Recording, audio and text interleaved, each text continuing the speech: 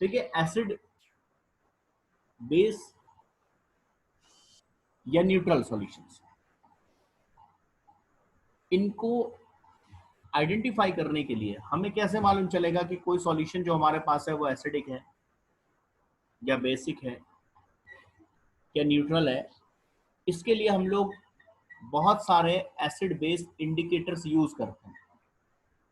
बहुत सारे ऐसे सब्सटेंसेस हैं जो एसिडिक मीडियम में अलग कलर शो करेंगे, डिफरेंट, और बेसिक मीडियम में उनका कलर अलग हो जाएगा, न्यूट्रल मीडियम अलग होंगे। इनको हम लोग एसिड बेस इंडिकेटर्स कहते हैं, जो हम लोग ने इस चैप्टर की स्टार्टिंग में ही फिनोफ्थलीन, मिथाइल ऑरेंज, ऐसे हम लोग ने एसिड बेस इंडिकेटर्स पढ़े। लेकिन ये जो नॉर्मल इंडिकेटर्स हैं, एसिड बेस इंडिकेटर्स और यूनिवर्सल इंडिकेटर, इसमें डिफरेंस क्या है? यूनिवर्सल इंडिकेटर भी किसी सॉल्यूशन का नेचर आइडेंटिफाई करने के लिए, किसी सॉल्यूशन का एसिडिक या बेसिक कैरेक्टर आइडेंटिफाई करने के लिए यूनिवर्सल इंडिकेटर का यूज करते हैं। ये भी एसिड बेस इंडिकेटर्स हैं। लेकिन इनमें और जनरल इंडिकेटर में, फिनोफ्थलीन में, मिथाइल ऑरेंज में, इनमें डिफरेंस क्या है? जो हमारे जनरल इंडिकेटर्स हैं वो केवल आपको ये बताते हैं कि जो गिवन सॉल्यूशन है वो एसिडिक है या बेसिक है। एसिडिक सॉल्यूशन में वो स्ट्रॉन्ग एसिड है, वीक एसिड है, उसका स्ट्रेंथ कितना है, इसकी कोई इंफॉर्मेशन नहीं देते। जैसा फिनोफ्थलीन है, आपने कहा कि एसिडिक मीडियम में, या जैसे बहुत कॉमन लिटमस है, लिटमस पेपर, तो आपको पता है कि जो एसिड्स होते हैं वो ब्लू लिटमस को रेड कर देते हैं। मतलब कि एसिडिक मीडियम में लिटमस का कलर क्या होगा? रेड हो जाएगा। एसिडिक मीडियम में लिटमस का कलर रेड होगा। आपके पास हमने एक सॉल्यूशन दे दिया, आपको आइडेंटिफाई करना है ये एसिड है या बेस है, और एक लिटमस पेपर दे दिया। आपने लिटमस पेपर उसमें डिप किया, आपने देखा उसका कलर रेड हो गया, आप रेड कलर देखकर समझ गए कि जो सॉल्यूशन है वो एसिडिक है। ठीक है?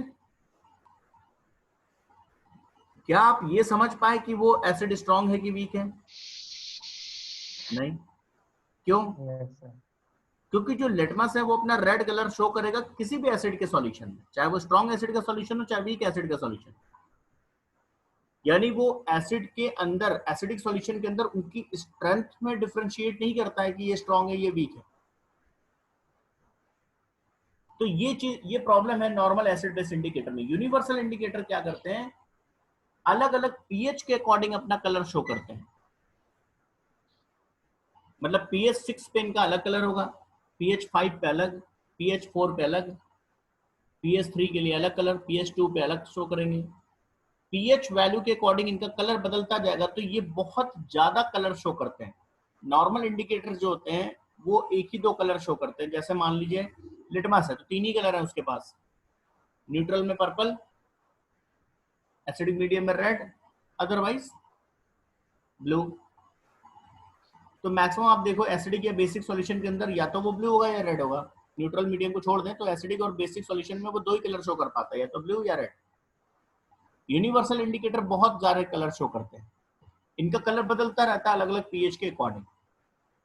इससे क्या फायदा होगा आपको? इससे फायदा होगा कि हमें खाली एसिडिक बेसिक नहीं पता चलेगा, हमें पीएच भी पता चल जाएगा। पीएच 5 पे अलग कलर है, पीएच 6 पे अलग है, पीएच 4 पे अलग है, पीएच 3 पे अलग है। तो हम कलर देखकर ये भी बता सकते हैं कि इस सॉल्यूशन का जिसको हम चेक कर रहे हैं इसका पीएच 2 है, तो पीएच 2 का मतलब हम कह सकते हैं ये स्ट्रॉन्ग एसिड है। कलर देखकर हम कह सकते हैं इसका पीएच 6 है, इसका मतलब ये एसिड तो है लेकिन वीक एसिड है। अलग अलग पीएच के अकॉर्डिंग कलर देखकर हम कह सकते हैं कि ये सॉल्यूशन एक बेसिक सॉल्यूशन है और इसका पीएच 9 है। तो आप यूनिवर्सल इंडिकेटर की हेल्प से केवल नेचर ऑफ सॉल्यूशन नहीं, strength of acidic and basic solution भी बता सकते हैं। क्यों? क्योंकि ये पीएच वैल्यू के अकॉर्डिंग अपना कलर चेंज करता है या शो करता है। ये केवल दो कलर नहीं शो करते, बहुत सारे कलर शो करते हैं अलग अलग। जैसे पीएच चेंज होगा ये हर पीएच के अकॉर्डिंग अलग अलग कलर शो करेगा। ये क्लियर हो गया? Yes, sir. समझ में आया? Yes, sir. अभिजय पढ़ो जरा। The common acidic base indicators like litmus, methyl orange, phenolphthalein, etc. tell about the acidic or basic nature of solutions by showing change in their color. But these indicators do not tell about the relative strength of acids or bases, that is, which acid is stronger than others or which base is stronger than other bases. To compare the relative strength of acidic and basic solutions, universal indicator is used. Universal indicator is a mixture of many different indicators which gives different colors at different pH values. When an acid or base solution is added to the universal indicator, the indicator produces a particular color.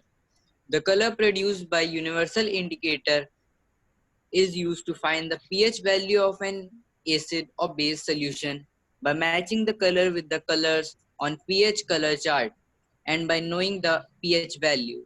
We can conclude that the given substance is a strong acid, weak acid, strong base or weak base. The colors produced by universal indicator at various pH values are given below.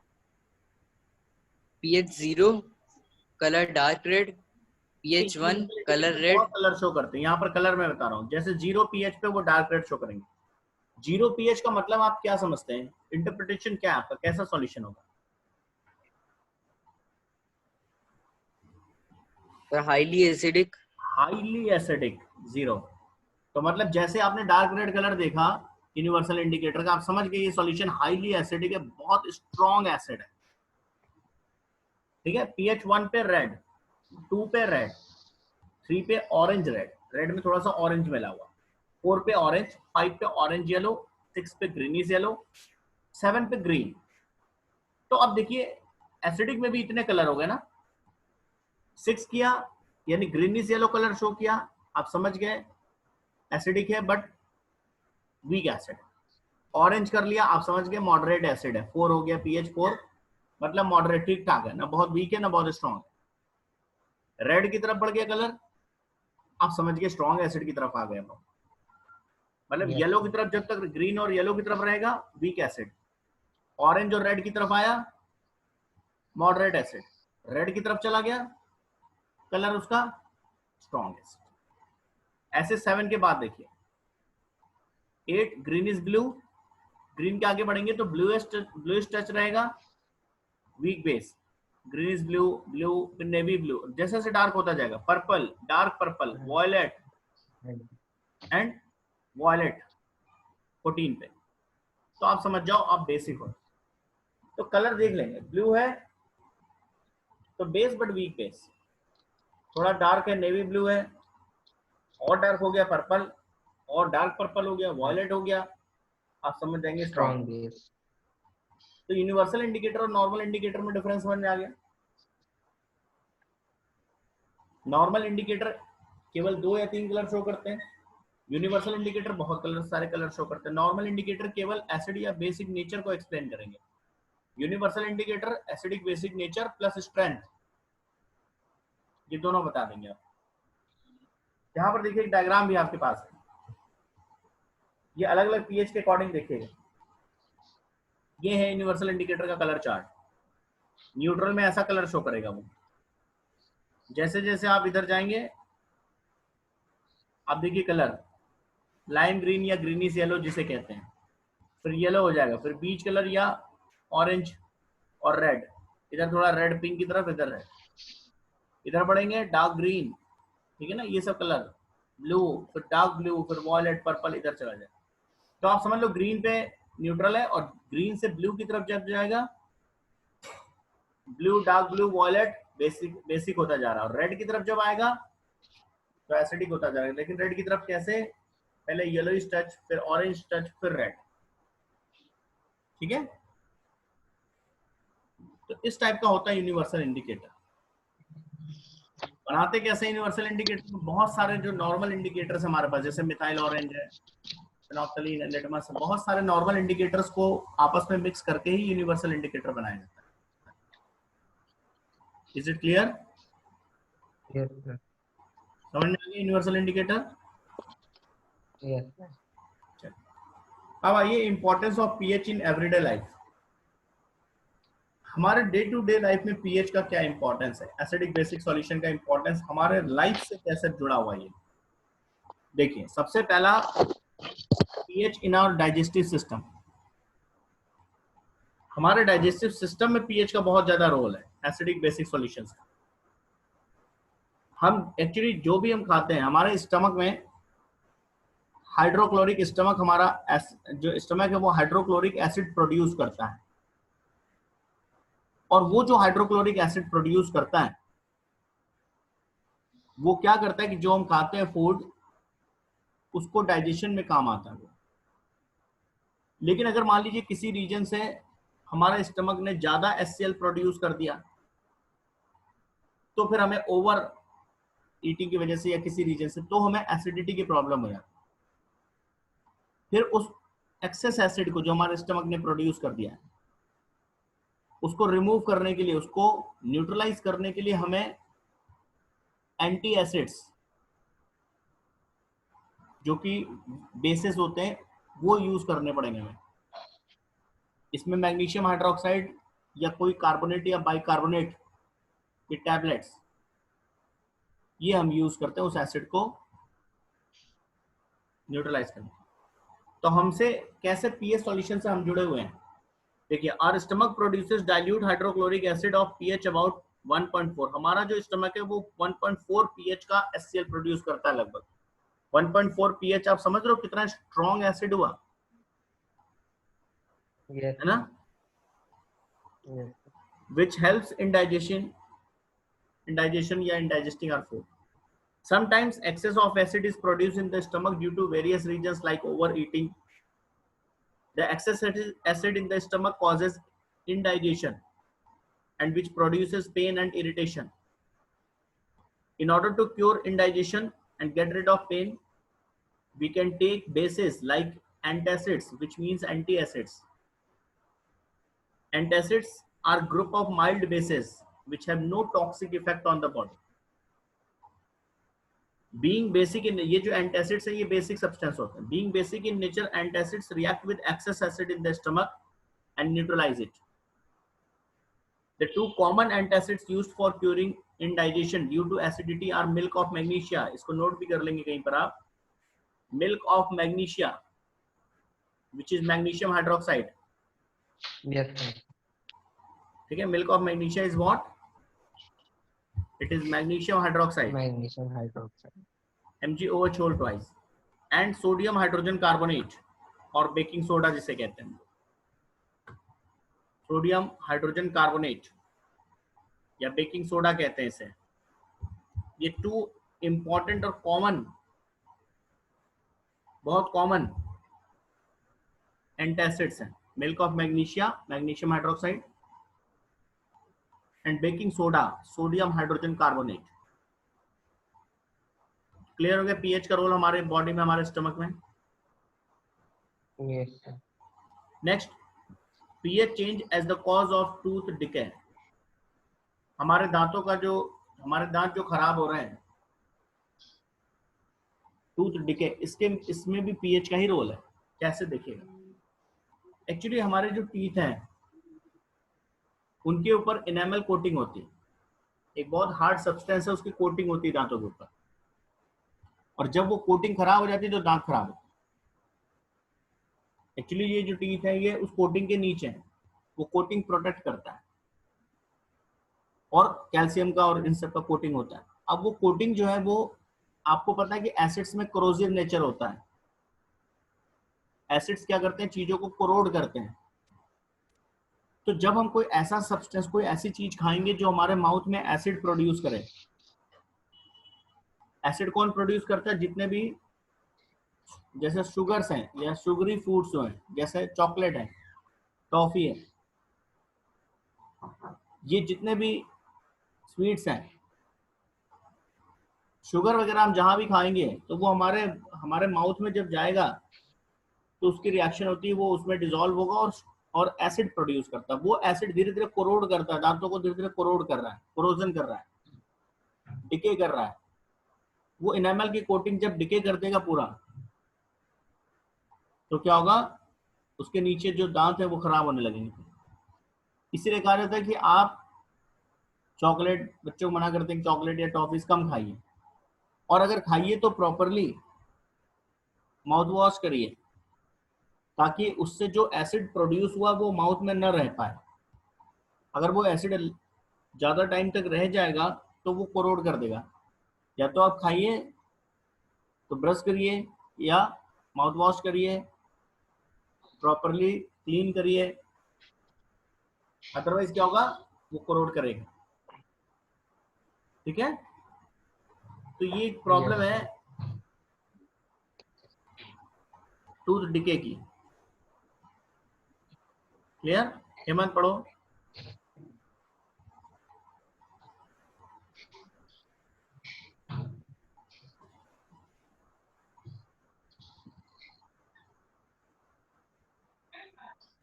Hemant, Yes, sir. When we eat foods containing sugar, then the bacteria present in our mouth dissociate the sugar to form acid, such as lactic acid, which lower the pH in the mouth.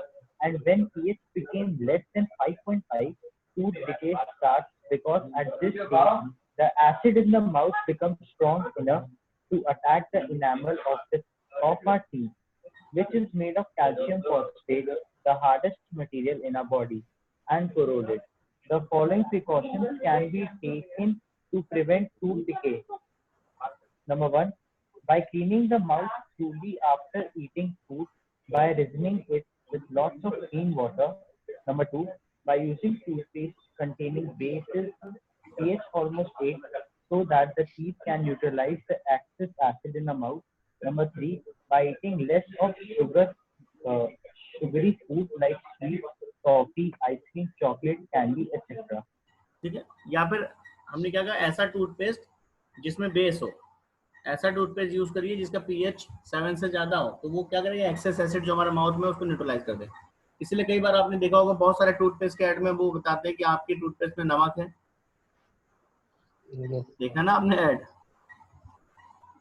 क्या बोलते हैं, आपके toothpaste में नमक है, पूछते हैं ऐसा yes, sir. क्यों? Yes, sir. वो नमक क्या करेगा, नमक या जो सॉल्ट है वो बेस होता है बेसिकली। ठीक है, सॉल्ट या बेस, तो जो नमक है वो बेस प्रोड्यूस करेगा, और वो बेस एक्सेस एसिड जो माउथ में उसको न्यूट्रलाइज कर देगा। एसिड रहेगा नहीं तो कोरोड नहीं करेगा वो एनामल कोटिंग जो है। ठीक है, इसलिए उसका लॉजिक है। चलिए नेक्स्ट यूज देखिए, plants and animals are sensitive to pH changes. Even हम लोग ही नहीं, देखिए प्लांट्स, एनिमल्स, ये भी पीएच चेंज के लिए सेंसिटिव है। यानी अगर पीएच आप बदल देंगे, प्लांट्स की ग्रोथ अफेक्टेड होती है। आप देखिए जो सॉइल होता है, न्यूट्रल, एल्कलाइन और एसिडिक, तीनों टाइप का सॉइल होता है। सॉइल जनरली न्यूट्रल होता है, लेकिन अगर आप उसमें किसी भी रीजन से, एसिड रेन की वजह से या किसी भी वजह से, हो सकता है कि सॉइल में कुछ एसिडिक सब्सटेंस मिक्स हो जाए, तो वो सॉइल एसिडिक हो जाएगा। या बेसिक हो सकता है सॉइल, फर्टिलाइजर्स के यूजेस की वजह से हो सकता है ऐसा। बहुत टाइम से आप फर्टिलाइजर्स यूज कर रहे हैं, इस वजह से सॉल्ट जो सॉइल है उसका नेचर चेंज हो जाता है। तो ऐसे एसिडिक या बेसिक सॉइल के अंदर प्लांट्स की ग्रोथ अफेक्टेड होती है। प्लांट्स अच्छे ग्रो करते हैं जब सॉइल न्यूट्रल हो। तो जब किसी सॉइल में, मान लीजिए जो कल्टीवेटर्स हैं, उन्होंने देखा कि भाई हमारे फार्म में, हमारे खेत में पहले प्लांटेशन बहुत अच्छा था, अब नहीं हो रहा, ग्रोथ कम हो रही है, तो वो उन्होंने क्या किया, अपने सॉइल को लेकर लेबोरेटरी में गए, सॉइल लेबोरेटरी में गए।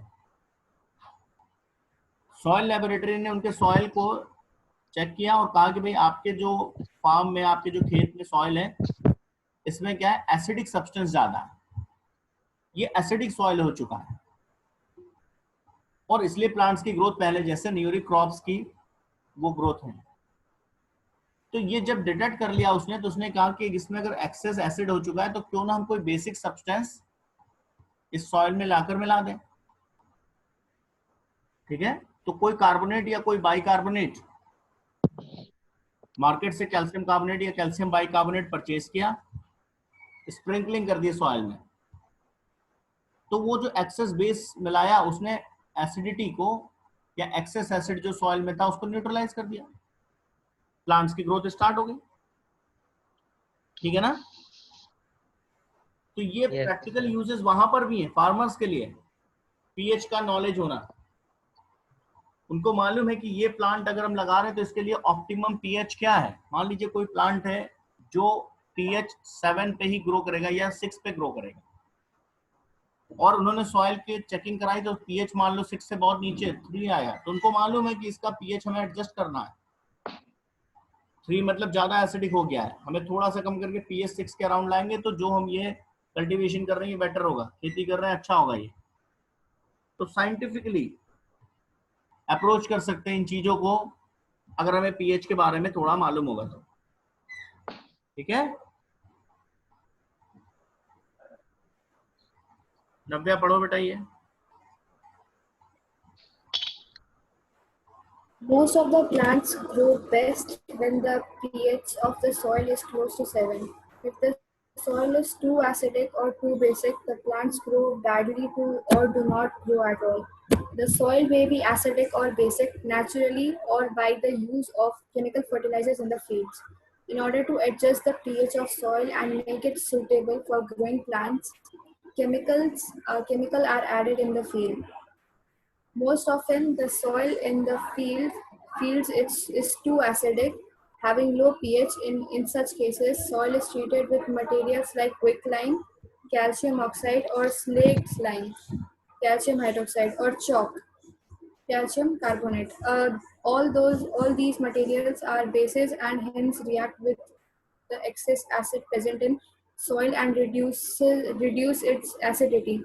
On the other hand, if the soil is too basic, having high pH, then decaying organic matter like manure or compost is added in the soil because these materials contain acids which reduce the alkalinity of the soil. ठीक है, तो scientifically ये देख लेंगे कि soil में problem क्या है, एल्कलिनिटी की प्रॉब्लम है, एसिडिटी की प्रॉब्लम, उसको रिमूव कर सकते हैं। ठीक है, तो यहाँ पर हेल्प करता है हमें पीएच का information. Next, human blood, human body works well with in a narrow pH range of 7 to 7 point. हमारी बॉडी में जो हमारा ब्लड है उसका पीएच 7 से 7.8 के बीच में, 7.3 7.8 यहाँ तक रहता है तो हमें प्रॉब्लम नहीं होती। ये ऑप्टिमम पीएच है हमारे वर्किंग के लिए, हमें हमारी बॉडी फिट रहती है। लेकिन अगर ये पीएच किसी भी रीजन से डिस्टर्ब हो जाता है तो हमारी बॉडी में प्रॉब्लम हो जाती है, पेन होगा या कुछ भी होगा, पीएच डिस्टर्ब होगा तो हमें भी प्रॉब्लम होती है। तो हम लोग एक ऑप्टिमम पीएच 7 to 7.8 के बीच में हमारी बॉडी के लिए सबसे अच्छा एटमॉस्फेयर है, सबसे अच्छा पीएच, ऑप्टिमम पीएच।